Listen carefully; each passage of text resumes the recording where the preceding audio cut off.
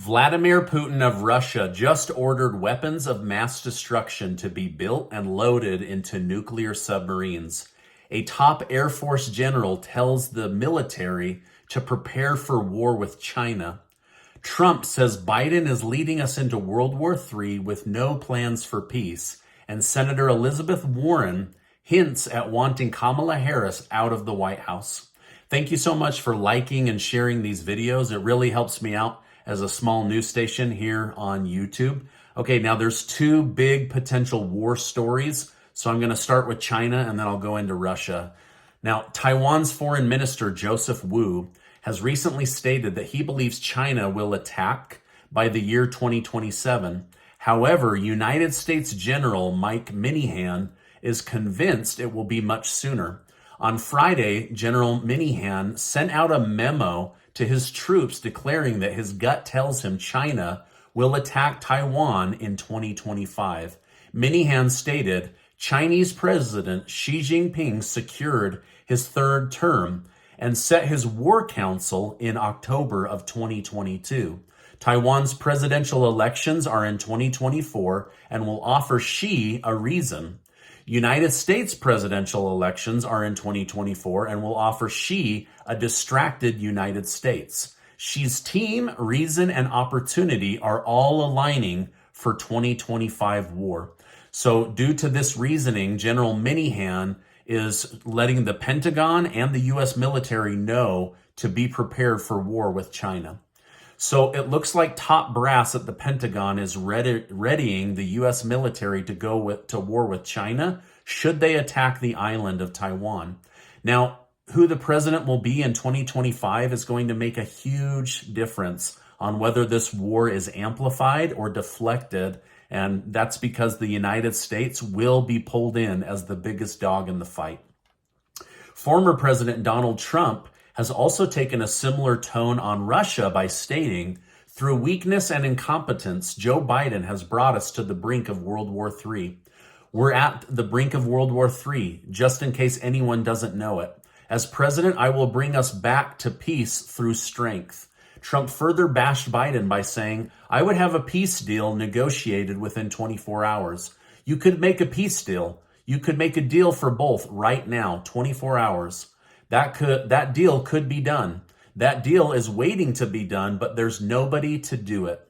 Now, in my opinion, Trump could be using war as a way to amplify himself in 2024 because based on polling, people do see President Trump as a stronger figure than they do Biden. And so if this war with Russia continues to amplify and it looks like we are heading to war with China, then the people may go for a stronger leader. But this is just all what's in the news right now. But let me know your thoughts down below. What do you think is going to happen with China? What do you think is going to happen with getting a peace deal between Russia and Ukraine? While the chances of Trump winning against Biden in 2024 seem to be increasing, another strong opponent stands in his way. Governor Ron DeSantis of Florida has yet to make a final decision on running in 2024. Now, during a campaigning event, Trump stated, if he runs, that's fine. I'm way up in the polls. He's going to have to do what he wants to do, but he may run. I don't think it would be a great act. I do think it would be a great act of disloyalty because, I got him in. He had no chance. His political life was over. So basically, Trump is saying DeSantis is a very good governor, but he was only made governor because of his endorsement. Now, the governor of New Hampshire, a Republican, had just the opposite to say. Chris Sununu said Trump will lose and DeSantis is definitely gearing up to run for president. Sununu believes once DeSantis announces, Trump's polls will tank and DeSantis will rise and ultimately beat Trump to become the next president of the United States. Now, so far, we have no indication of whether Joe Biden is running in 2024 and if Kamala Harris will remain his vice president. Senator Elizabeth Warren of Massachusetts says she's all in on Biden running for office in 2024, but refused to say whether she wants Kamala Harris to join him. But she said, I will leave that up to Biden. But perhaps this is Elizabeth Warren's way of publicly telling the country and Biden, hey, I would love to be your new vice president. I'm a woman. I would be great. So we'll see what ends up coming out of that. Now, according to Newsweek, The Sun, and other Russian news outlets, Vladimir Putin has just ordered weapons of mass destruction. These are new nuclear torpedoes with radiation poisoning technology. Now, the weapon is the Poseidon radioactive torpedo. They already exist, but according to these news outlets, he's just ordered a bunch of new ones to be loaded into torpedoes that go all over the world. The blast is powered by a nuclear warhead that can be detonated on command versus only on impact.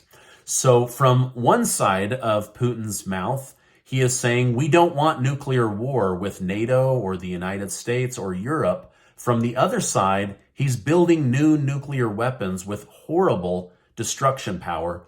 So no countries are really building nuclear weapons anymore, and he's just ordered a bunch of them to be made for his submarines. Now, there's so much going on in the world today. One of the big predictions from Gerald Celente from the Trends Journal is that the United States will end up in war. Heck, a top Air Force leader just said the United States will be going to war with China in less than 2 years. Now, China is constantly working to unseat the US dollar as the world reserve currency and the global petrodollar, while leaders like Vladimir Putin are actively telling their citizens to dump the US dollar and to buy gold and silver. Now, the truth is the world will likely deglobalize very soon. One of the biggest factors will be the United States losing access to cheap Middle Eastern oil. Not only did this prop up the United States and make oil and gas cheaper here at home, but it gave the US military cheap fuel in order to patrol the world oceans. That will be gone soon. And getting access to many everyday items will also go with it, which means we'll need to bring those items to be produced here in North America. Now, as countries around the world retract and become more populous, this will affect the hegemony of the US dollar. Now, one of the best plays in the last 6 months with your money has actually been silver. It's up close to 30% in just the last 5 months. Now, I want to take a minute to tell you about a company that I'm very bullish on and see big things in their near future. The group is Dolly Varden Silver, and their ticker symbol is DOLLF.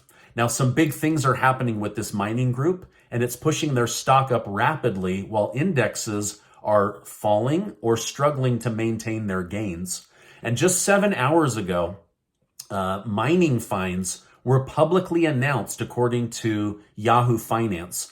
This group has so many big things going on for them. First, they are sitting on a ton of silver and gold in the ground on a property within the Golden Triangle of Canada. Second, big money is starting to jump in on this stock because of the findings that they are announcing and also the way that they're positioned.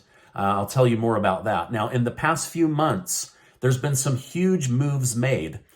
Fidelity, the retirement behemoth, took a 7.5% private ownership in Dolly Varden Silver. And to my knowledge, they've never done this until the findings have actually been announced. So what is it that they know that made them jump in with such a large position in pre-production?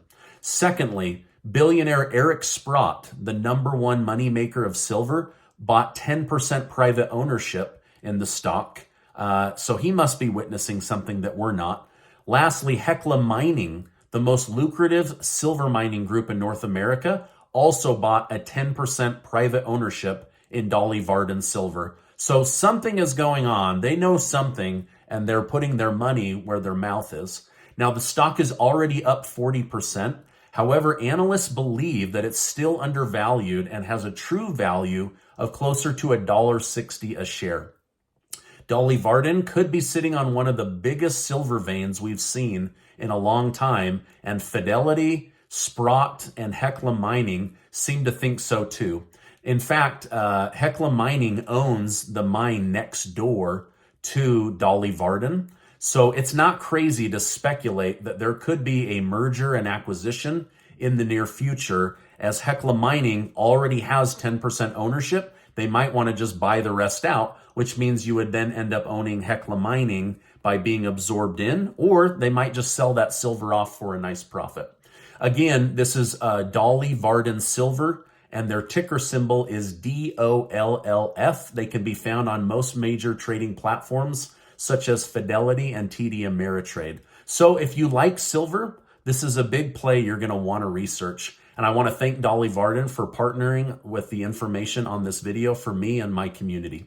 Now, Casey and I are giving away $5,000 in cash, thanks to generous video sponsors. That is ending here in the next couple of days. So I'll make sure to leave a link in the video description down below. 10 of you are going to win. And you'll also get to work with me personally on your financial situation as well as your debt situation. Whatever it is you need to improve upon, that's what we're going to do over Zoom, and we're really excited to do that. Now, before you go, I want to remind you that you are amazing. I appreciate you checking out today's video. If you want to hear a great interview between my wife and I about marriage, improving your marriage, and some of the stuff that we've lived through, definitely check out this video. Also check out Dolly Varden Silver, and thank you guys so much for sponsoring this video.